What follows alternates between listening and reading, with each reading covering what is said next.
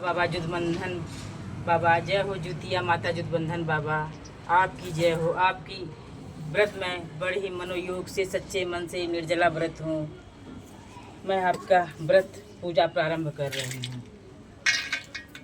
जय जय जुतिया माता जुदबंधन बाबा की जय हो।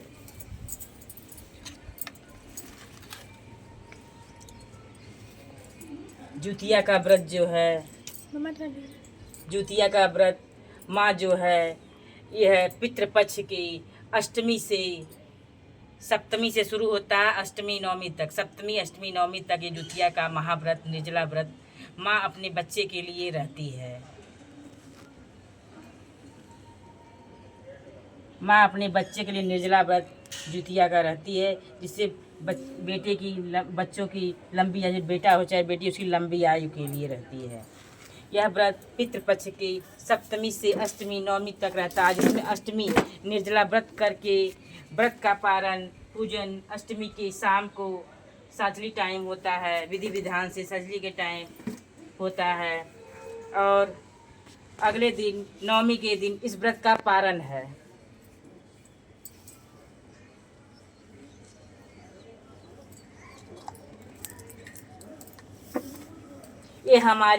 ये हमारी जुदबंधन बाबा हैं, ये हमारी जुतिया माता हैं। जुदबंधन बाबा जुतिया माता, इनका मैंने बनाया हुआ है। ये बनाकर ही हमारे यहाँ गांव में पूजा की जाती है। जुतिया माता जुदबंधन बाबा का ये बना करके, चाहे गोबर से चाहे हल्दी मिला हुआ आटे से बना करके इनकी पूजा की जाती है। मैंने भी ये बना लिया हुआ है, आप देख रहे हैं। जय जय हो जुतिया माता जुदबंधन बाबा की जय हो।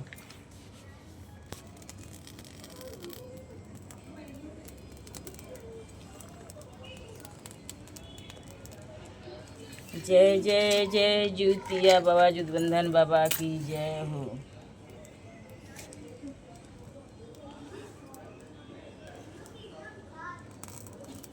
ये हम 5 दीपक जलाए हैंगे।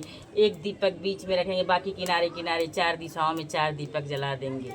ये व्रत जो है गोठ में मनाया जाता है, जहाँ पे ढेर सारी गांव की महिलाएं इकट्ठा होती हैं। पोखरा होता है, तालाब होता है, चाहे मंदिर का वह स्थान, वृक्ष का पवित्र पेड़ होता है, उसके किनारे गोठ बना के बहुत बड़ा गोठ बनाती हैं, जिसमें 50-60 महिलाएं इकट्ठा होती हैं, और वो अपना अपना पूजन थाल लेकर उस जुतिया माता जुदबंधन बाबा के गोठ के किनारे किनारे बैठती हैं।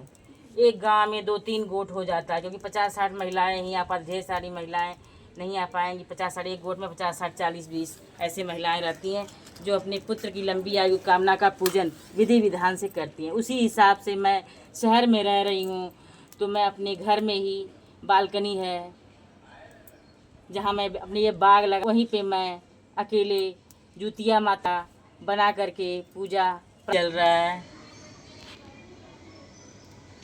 गोठ रहता, गोठ में महिलाएं रहती 20-25, तो एक तरफ से चारों तरफ से घेरे हुए रहती हैं। दीपक भी बुझने का कम चांस रहता है।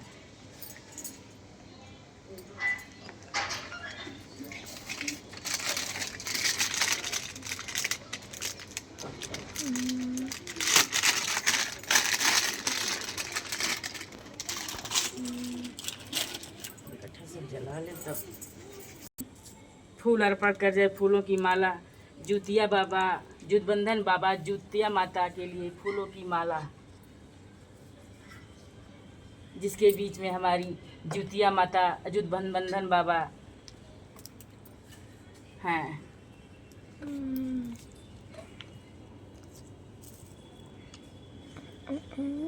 ये हमारे किनारे किनारे दीप हो गए, बीच में एक दीपक हो गया।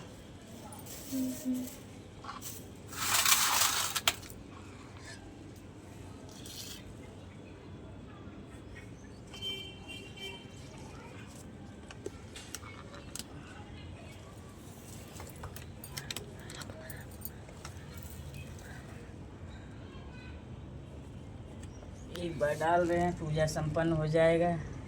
बार बार हमें घी नहीं डालना पड़ेगा।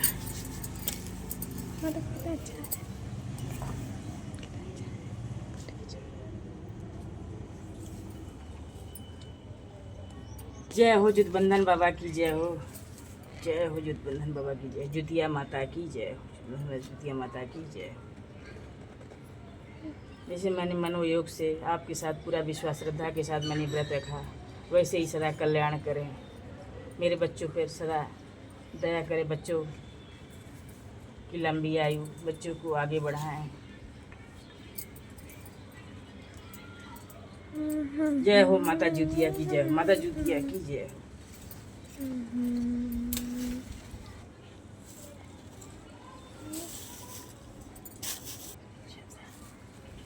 माता की जय हो, जुतिया माता के लिए गुलाब का फूल। जय माता रानी की जय हो।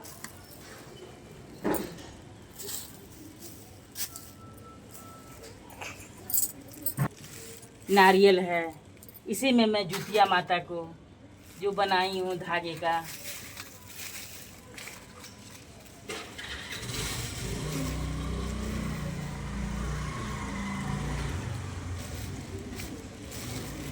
आप देख रहे हैं, ये हमारी जुतिया है सोने की और चांदी की। अपने बच्चों की लंबी आयु के लिए जुतिया 4 हैं। मेरे बेटे का ये 2 है, एक सोना एक चांदी। ये मेरी बड़ी बेटी का है, ये मेरी छोटी बेटी का, ये मेरे बेटे का।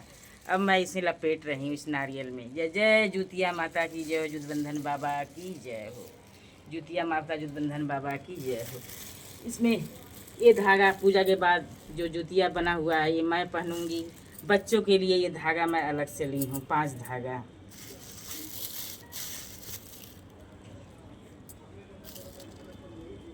मेन धागे का ही पूजा है जुतिया, ये धागा ही है।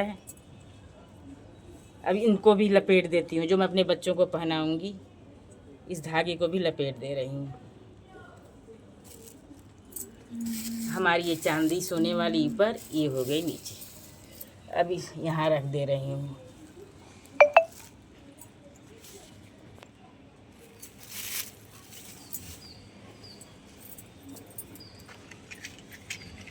जय हो जुतिया माता जुटबंधन बाबा की जय हो।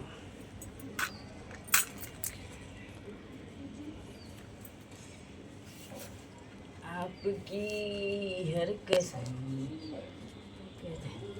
और यही हमारी जुतिया माता, यही हमारे जुटबंधन बाबा हैं जिनको मैं चढ़ा रही हूँ, जुतिया माता जुटबंधन बाबा को।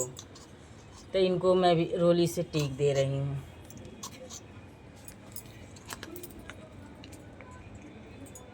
एक तरह से ये भी जुतिया माता जुटबंधन बाबा ही हैं। मेरी जुटबंधन भगवान आपको अर्पण कर रही हूँ, मेरी जुतिया माता आपको अर्पण कर रही हूँ, आपको चढ़ा के।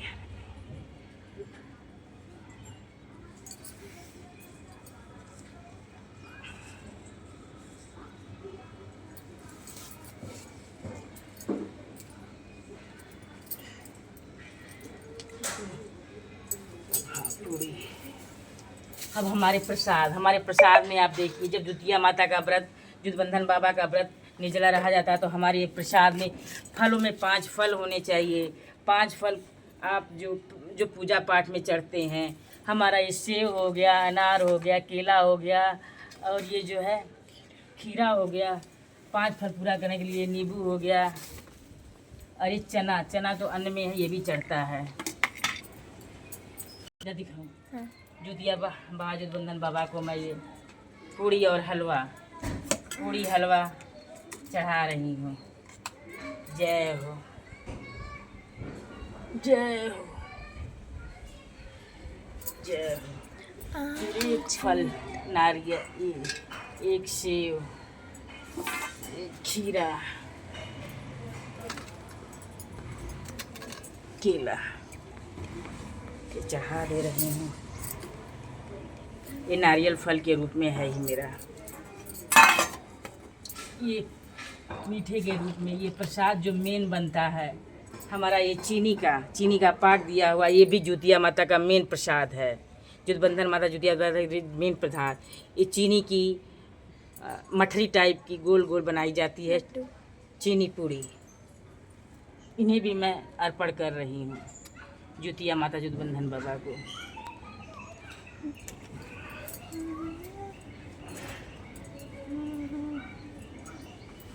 जुटबंधन बाबा का ये खिलौना, बच्चों का ये व्रत है तो एक खिलौना खिलौना भी चढ़ा के रख रही हूँ सब।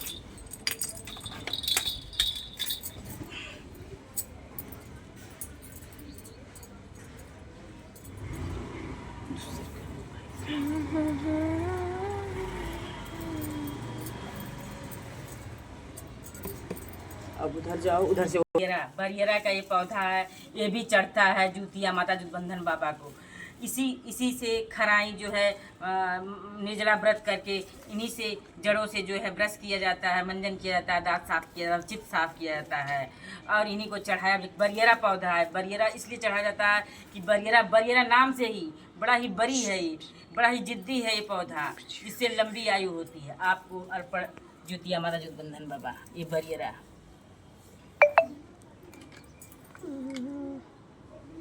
बरियरा पौधे को मैं ये तिलक कर दे रही हूँ। जय हो।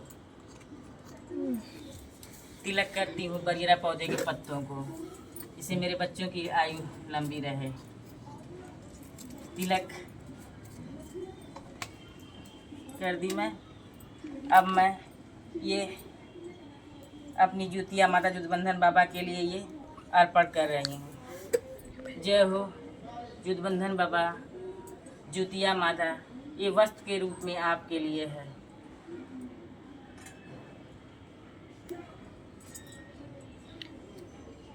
अर्पण करके जुतिया माता जुटबंधन बाबा को अर्पण करके यहाँ ये वस्त्र रख दे रही हूँ। जय जय हो जुतिया माता जुटबंधन बाबा की जय हो। अब ये हल्दी का लगा हुआ मेन घोल जो मैं जय बर कथा कहूँगी, ये हल्दी और चावल का घोल है।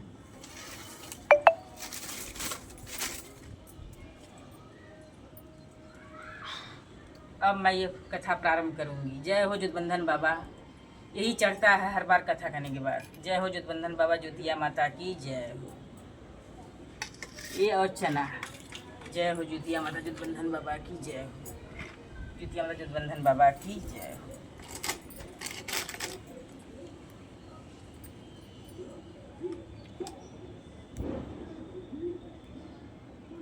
व्रत कथा, जुटबंधन बाबा जुतिया माता व्रत कथा। व्रत कथा का प्रारंभ महाभारत काल से। महाभारत जुतिया माता जुटबंधन बाबा का व्रत करने का प्रारंभ महाभारत काल से शुरू हुआ। जब महाभारत चल रहा था पांडवों और कौरवों के बीच में, तो माता द्रौपदी जो है अपने पुत्रों की लंबी आयु के लिए ऋषि भौम्य के पास गईं। ऋषि भौम्य ने उन्हें एक कथा सुनाई। वह कथा माता द्रौपदी को ऋषि मौर्य ने जो कथा सुनाई वो इस प्रकार है। इस कथा के अनुसार जिमुतवाहन गंधर्व के बुद्धिमान और तपस्वी और यशस्वी राजा थे। जिमुतवाहन शासक बनने से संतुष्ट नहीं थे और परिणाम स्वरूप उन्होंने अपने भाइयों को अपने राज्य की सभी जिम्मेदारियां दी और अपने पिता की सेवा के लिए जंगल चले गए। एक दिन जंगल में भटकते हुए उन्हें एक बुढ़िया विलाप करती हुई मिलती है। उन्होंने बुढ़िया से रोने का कारण पूछा। इस पर उसने उसे बताया कि वह सांप नागवंशी के परिवार से है और उसका एक ही बेटा है। एक शपथ के रूप में हर दिन एक सांप पक्षी राज गरुड़ को चढ़ाया जाता है और उस दिन उसके बेटे का नंबर था। उसकी समस्या सुनने के बाद राजा जिमुतवाहन ने उन्हें आश्वासन दिया कि वह उनके बेटे को जीवित वापस लेकर आएंगे। तब वह खुद गरुड़ का चारा बनने के विचार कर चट्टान पर लेट जाते हैं। तब गरुड़ आता है और अपनी अंगुलियों से लाल कपड़े से ढके हुए जिमुतवाहन को पकड़कर चट्टान पर चढ़ जाता है। उसे हैरानी होती है कि जिसे उसने पकड़ा है वह कोई प्रतिक्रिया क्यों नहीं दे रहा है। तब जिमुतवाहन जो है बोलते हैं। तब गरुड़ राजा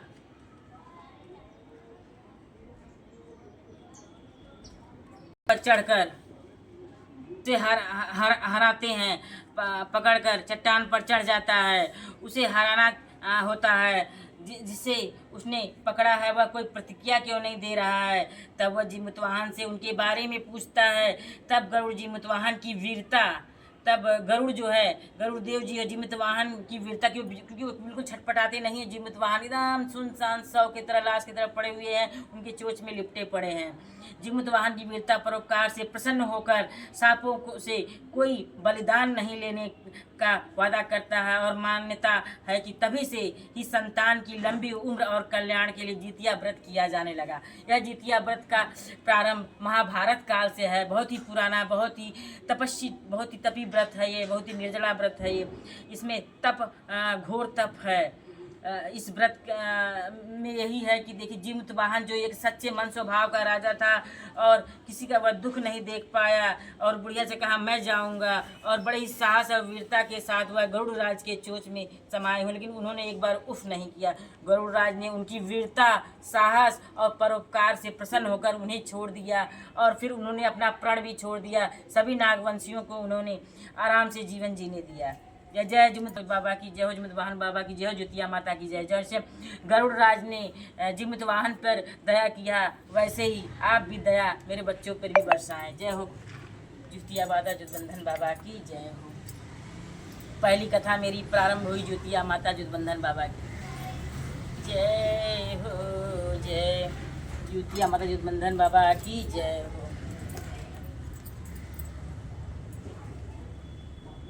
अब मैं दूसरी कथा करने चल रही हूँ ज्योतिया माता जुटबंधन बाबा की।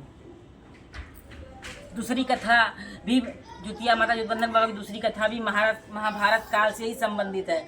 महाभारत में युद्ध में पिता की मृत्यु के बाद अश्वत्थामा जो है कौरवों के पक्ष में युद्ध कर रहे थे, जो कि ऋषि के पुत्र थे, और उनके पिता की हत्या जो है अर्जुन ने की थी। इसी से क्रोधित होकर अश्वत्थामा बहुत क्रोधित थे पांडवों पर। वह पिता की मृत्यु का बदला लेने के लिए पांडवों के शिविर गए, और उसने 5 लोगों की हत्या कर दी कि यह 5 पांडव ही सोए हैं। उसे लगा कि उसने पांडवों को मार दिया, लेकिन पांडव जिंदा थे। जब पांडव उसके सामने आए तो उसे पता लगा कि वह द्रौपदी के वह 5 पुत्र थे जो सोए हुए हैं, जिसको वह मार डाला है। यह सब देखकर अर्जुन ने क्रोध में अश्वत्थामा को बंदी बनाकर दिव्य मणि छीन ली। अश्वत्थामा के मस्तक में दिव्य मणि थी, जिसे चिरायु, दीर्घायु, कभी न मरने का जो है आशीर्वाद था। वो मणि की वजह से ही वह बलिष्ठ था। अर्जुन ने अश्वत्थामा को बंदी बनाकर दिव्य मणि छीन ली थी। अश्वत्थामा ने इस बात का बदला लेने के लिए अभिमन्यु की पत्नी उत्तरा के गर्भ में पल रही संतान को मारने की योजना बनाई। उसने गर्भ में पल रहे बच्चे को मारने के लिए ब्रह्मास्त्र नामक बाण चलाया, और जिसे उत्तरा का गर्भ नष्ट हो गया। लेकिन उस बच्चे का जन्म लेना बहुत ही जरूरी था, क्योंकि वो बच्चा ही आगे चलकर राजा परीक्षित के रूप में बहुत ही यशस्वी और बलवान राजा हुए। भगवान कृष्ण ने जो है उस बच्चे को अपने प्रताप से, अपने आशीर्वाद से जिंदा कर दिया। उत्तरा के गर्भ में मृत बच्चे को श्री भगवान कृष्ण ने जनार्दन कृष्ण भगवान ने जिंदा कर दिया। गर्भ में मरकर भी वह बच्चा, उत्तरा के गर्भ में मरकर भी वह बच्चा जीवित हो, कृष्ण भगवान के आशीर्वाद से जीवित हुआ। इस तरह उत्तरा के पुत्र का नाम जीवित पुत्रिका पड़ा। जीवित पुत्रिका, उत्तरा के जो अर्जुन की पत्नी उत्तरा थी, उनके पुत्र को अश्वत्थामा ने मारा, जिसे भगवान कृष्ण ने जिंदा किया गर्भ में। उन्हीं के उत्तरा के पुत्र का नाम जीवित पुत्रिका पड़ा और परीक्षित हुआ। तब से संतान की लंबी आयु के लिए जितिया व्रत किया जाने लगा। महाभारत काल में यह दूसरी कथा है कि उत्तरा के गर्भ पे जब ब्रह्मास्त्र से अश्वत्थामा ने वार किया तो उनका पुत्र नष्ट हो गया, लेकिन भगवान कृष्ण ने उनके पुत्र को पुनः जीवित किया, क्योंकि उनका पुत्र ही आगे चलकर अपने इस भारत नगरी का जो है एक बहुत महत्वपूर्ण अंश के रूप में, एक बहुत बड़े प्रतापी राजा के रूप में राजा परीक्षित होंगे, ज्योति पुत्रिका होंगे। ज्योति बाबा की जय हो, माता ज्योतिया की जय हो।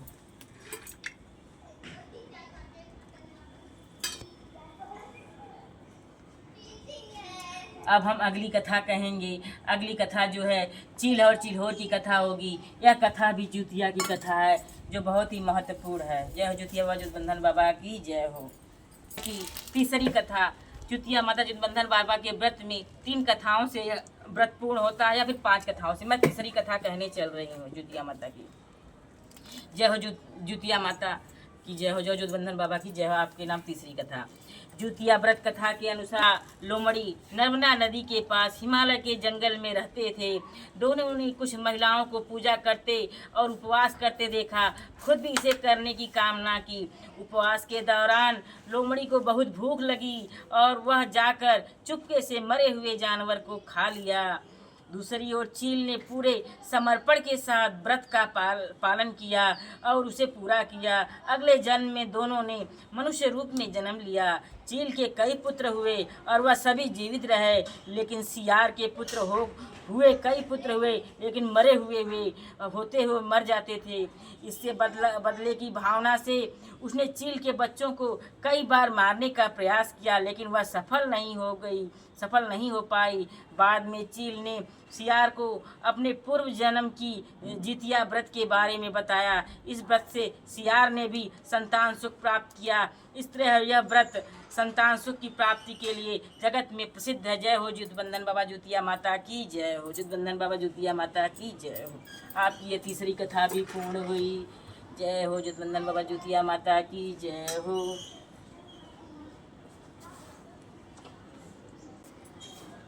ये हल्दी बहुत ही शुभ, अपने हिंदू धर्म में हल्दी और चावल बहुत ही शुभ होता है। ये हल्दी और चावल का ये जो है घोल, जिसे जुटबंधन बाबा जुतिया माता पे बार बार चढ़ाया जाता है, शुभ का प्रतीक है हल्दी और चावल का घोल। 3 कथा ये पूर्ण हुई। अब हम जो है जुतिया बाबा जुटबंधन बाबा से जो है बड़े ही विनम्र हो गए कामना करेंगे कि वो जैसे उन्होंने जुदवाहन भगवान को जुतिया माता जुटबंधन बाबा ने जैसे उत्तरा के गर्भ में उनके पुत्र को जीवित करके जीवित पुत्र का व्रत जैसे महिलाएं निर्जला रहती हैं, वैसे ही बच्चों को व्रती महिलाओं के बच्चों को भी दीर्घायु प्रदान करें, चिरायु प्रदान करें, दीर्घायु लंबी उम्र प्रदान करें। जय जय जय हो जुटबंधन बाबा जुतिया माता की जय। कार है, एक राज्य में एक राजा और एक रानी थे। उनके कोई संतान नहीं थी, लेकिन वो जो है राजा एक जंगल में उदास होकर बैठे हुए थे और वहाँ से ऋषि मुनि गुजर रहे थे। बोले राजा आप उदास क्यों हो? उन्होंने कहा कि हमें कोई पुत्र नहीं है। राजा घबराओ मत, आपको जरूर पुत्र होगा। तो उन्होंने आम दिया, कहे आम जाके अपनी रानी को खिला देना, जरूर पुत्र होगा। लेकिन यह पुत्र जो है, आप पहला पुत्र चाहे पुत्री हो चाहे पुत्र हो, आप गंगा माँ को समर्पित करेंगे। लेकिन जब राजा को पुत्र और पुत्री रत्न दोनों प्राप्त होते हैं, पुत्र का नाम हरिश्चंद्र रखते हैं और पुत्री की नाम जो है शिवांगी रखते हैं। हरिश्चंद्र और शिवांगी होते हैं, लेकिन दोनों पति पत्नी जो है गंगा माँ की तरफ गंगा माँ का पूजन करना भूल जाते हैं, ना ही उधर जाते हैं, क्योंकि पहला पुत्र गंगा माँ को दान करने के लिए कहा गया था, उन्होंने दान नहीं किया। जब हरिश्चंद्र बड़े होते हैं तो उनको विवाह के लिए गंगा उस पार से ही आते हैं, गंगा इस पार से नहीं आते हैं। गंगा मैया अति क्रोधित रहती हैं, क्योंकि उन्होंने गंगा माँ का विधि विधान से ना ही पूजन किया, ना ही क्षमा याचना किया। वो जो है बस अपने पुत्र को उधर नहीं भेजते थे खेलने के लिए, ना ही उधर खुद जाते थे। और जो है सोचते थे कि हमें उधर नहीं जाएंगे क्यों, हमारा पुत्र है, गंगा माँ ले लेंगी, और ना ही उधर जाते थे, ना ही पूजा करते थे। जब हार गए तो आखिरी में गंगा पार से ही शादी तय हुई हरिश्चंद्र की। अब बारात जा रही है, गंगा मैया ने डोंगा जो है हिलाने लगी। गंगा मैया, सभी बाराती कहे गंगा मैया क्या हुआ क्या हुआ, कोई नाराज के गंगा मैया ने कहा कि हरिश्चंद्र के पिता ने यह व्रत किया था कि उनको चाहे पुत्र हो चाहे पुत्री, पहला पुत्र उनको दे देंगे, लेकिन उन्होंने देना दूर, ये हमारे यहाँ आते भी नहीं, बच्चों के खेलने देने आते हैं, ना ही हमारी पूजा की है इन दोनों लोगों ने। हम आज हरिश्चंद्र को लेके रहेंगे। लेकिन सभी ने बड़ी क्षमा याचना की, मैया अच्छा जाने दीजिए, जान जी विवाह के लिए हरिश्चंद्र जा रहे हैं, विवाह करके लौट आएंगे तो आप ले लीजिएगा हरिश्चंद्र जी को। हरिश्चंद्र जो विवाह के लिए जाते हैं, हरिश्चंद्र का विवाह होके पुनः वापस आते हैं, डोंगे पे वापस आते हैं, तो पुनः गंगा माँ लहर मार के हरिश्चंद्र को ले लेती हैं, बाकी सबको छोड़ देती हैं। इस तरह से गंगा माँ हरिश्चंद्र को अपने पास ले लेती हैं और गंगा माँ के पास हरिश्चंद्र जो है रहने लगते हैं। हरिश्चंद्र के लिए गंगा माँ ने दूध लगाया, दही लगाया, सब कुछ लगाया। दिन ब दिन खाते पीते हरिश्चंद्र जो है बड़े ही बलिष्ठ हो जाते हैं। लेकिन हरिश्चंद्र को अपनी पत्नी की याद आती थी और वो जो दूध देने वाली आती थी, कहते थे उससे कहने लगे कि हमारी पत्नी उस गांव की है, बेचारी कैसे रह रही है, हमें बड़ी याद आ रही है, आप लिवा ले आइए।